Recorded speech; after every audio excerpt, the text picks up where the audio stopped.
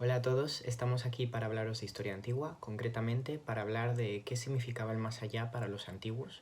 En torno a este tema existen muchas cuestiones y estereotipos que nos gustaría resolver.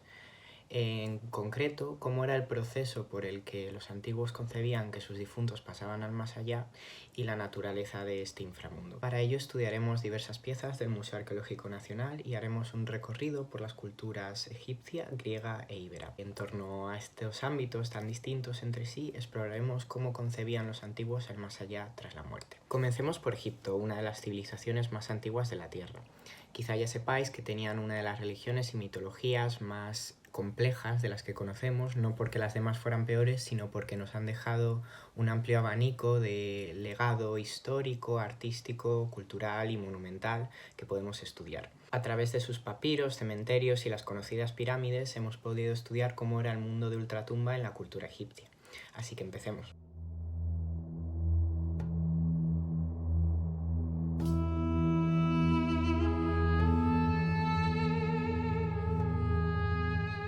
Buenas, me llamo Enrique y estoy aquí para explicaros, al igual que mis compañeros, algunas de las curiosidades de los pueblos de la antigüedad, en particular el de los egipcios.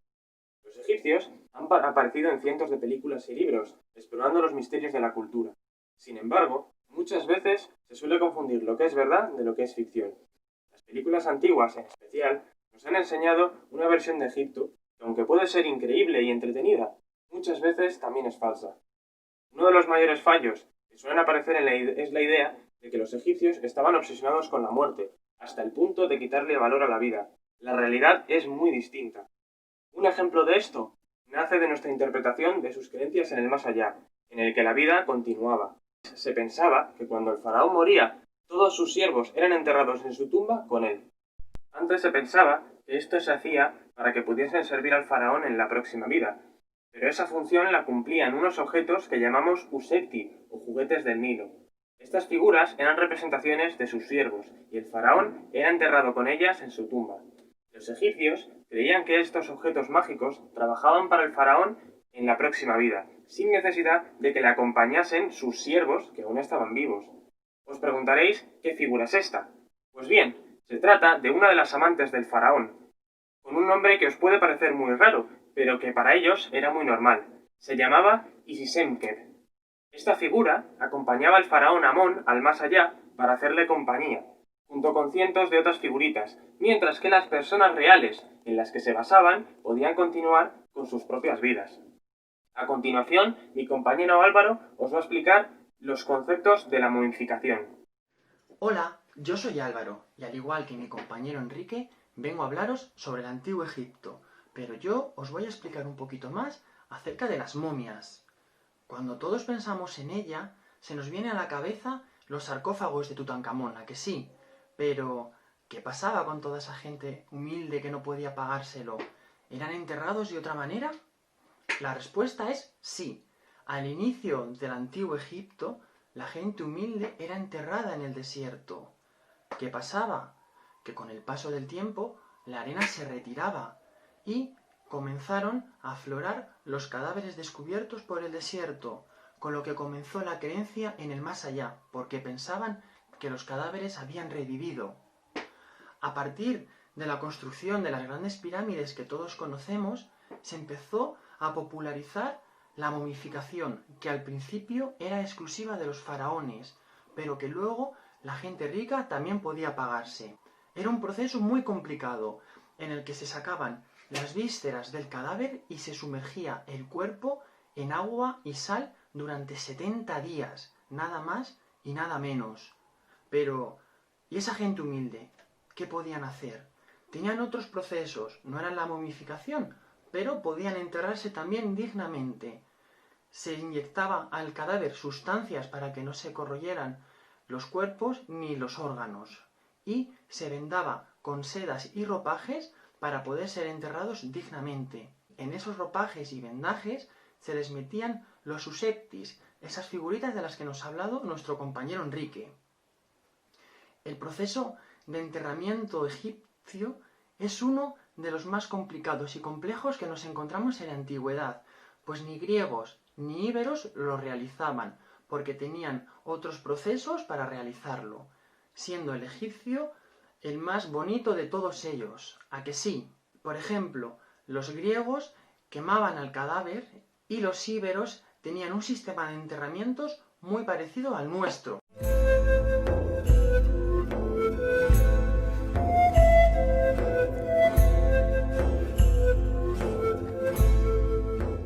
Hola, soy Eva, estudiante del Instituto Miguel Catalán de Coslada, y al igual que mis compañeros vengo a hablaros un poco de la muerte en la antigüedad, en mi caso concretamente en la antigua Grecia. Para poder explicar un poco este tema he escogido esta figura. Esta figura se encuentra en el MAN, en el Museo Arqueológico Nacional en Madrid, en la sala de Grecia y en la parte de la muerte de Thanatos. Entonces esta figura es un monstruo marino. Pero no es un monstruo marino común ni una sirena, es Escila. ¿Pero qué es Escila? Escila es un monstruo marino mencionado por primera vez en la Odisea de Homero. Esta, a pesar de que en la figura no se puede ver bien por el paso de los años, de su cadera sobresalían 6 serpientes con cabezas de perro y patas de perro. Y un conocimiento muy popular a la vez que falso es que las sirenas son mitad humano y mitad pez. Esto es algo que en la antigua Grecia no era así. En la antigua Grecia las sirenas eran mitad pájaro y mitad mujer. Por lo que sabemos que Escila no era una sirena. Pero bueno, a lo que iba, que me enrollo como las personas. Pensaréis, ¿por qué nos cuenta esto esta niña si estamos hablando de la muerte? Pues porque los monstruos marinos son muy importantes a la hora de hablar del más allá griego. El mar separaba nuestro mundo del más allá. Y para poder llegar a este cuando la vida había acabado, los monstruos marinos debían acompañarte, al igual que lo hacían otros animales de otras culturas como la íbera, como nos explicarán mis compañeros más adelante. Escila era muy temida por todos los marineros que tenían que pasar entre ella y Caribdis, otro monstruo marino que se situaba en el mismo estrecho, pero en el lado opuesto, y probablemente todo aquel que quisiera pasar por allí no saldría vivo. Escila concretamente era considerada el símbolo de viaje de las almas al paraíso y hacia la inmortalidad. Esta figura se cree que fue realizada entre el 400 y el 300 a.C. más o menos, por lo que tiene alrededor de 2400 años. Y bueno, aquí concluye la parte de la antigua Grecia.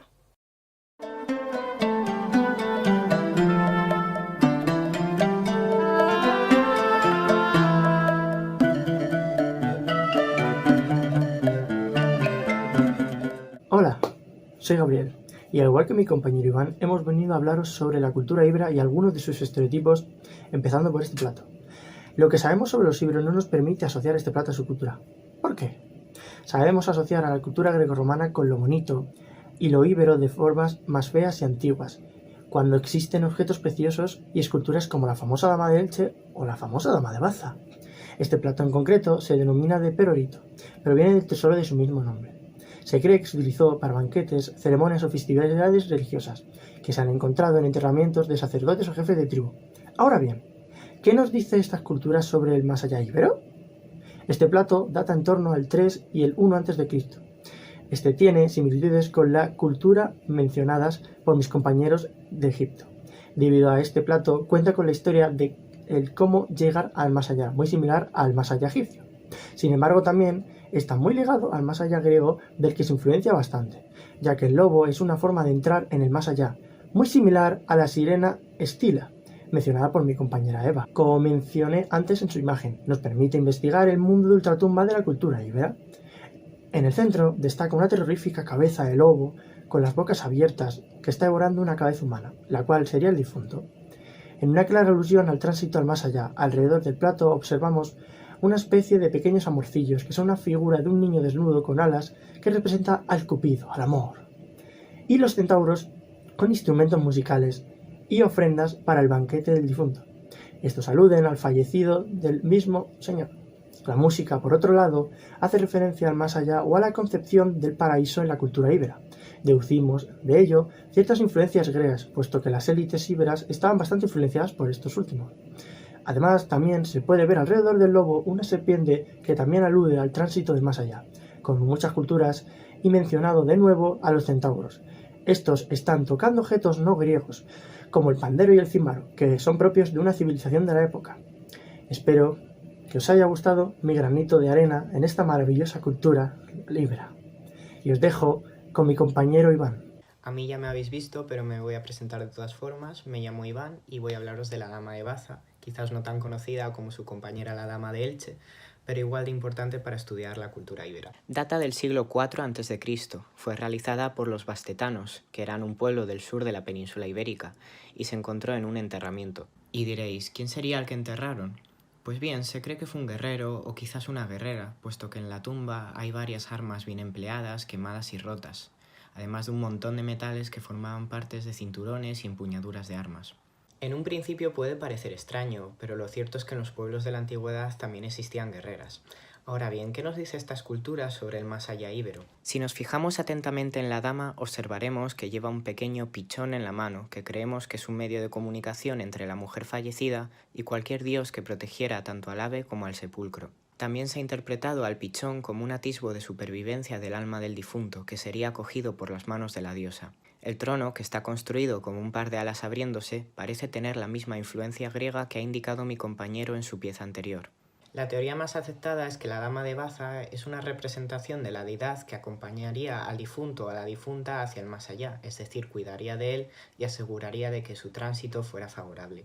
Esto es una demostración de la forma en la que concebían los íberos el más allá tan distinta a la nuestra, ya que para ellos no era ni bueno ni malo, simplemente distinto a la vida real, aunque no tanto, puesto que también tenían que llevar un arma como forma de protección. Y bien, ¿qué podemos concluir de todo esto? Tanto la Dama de Baza como la Escila de Eva que hemos visto anteriormente formaban parte de un ajuar funerario que acompañaba al difunto hasta el más allá. Aun con funciones totalmente distintas, podemos establecer una conexión, la necesidad entre culturas tan alejadas en el tiempo de fabricar un ajuar que acompañara al difunto hasta el más allá. Y con esto terminamos la explicación sobre la muerte de la antigüedad. Esperamos que os haya gustado la actividad, ha supuesto un gran trabajo por parte de todos, no solo por parte de los estudiantes. Ha sido un placer poder realizar este tipo de actividades a pesar de que no fuera presencialmente. A todos nos habría encantado realizarlo así, pero las circunstancias no lo han permitido. Aún así, se ha hecho lo posible para que fuera lo más parecido a lo planeado en el museo. Ahora vamos a realizar unas actividades para comprobar cómo de atentos habéis estado. No os preocupéis, son muy sencillas.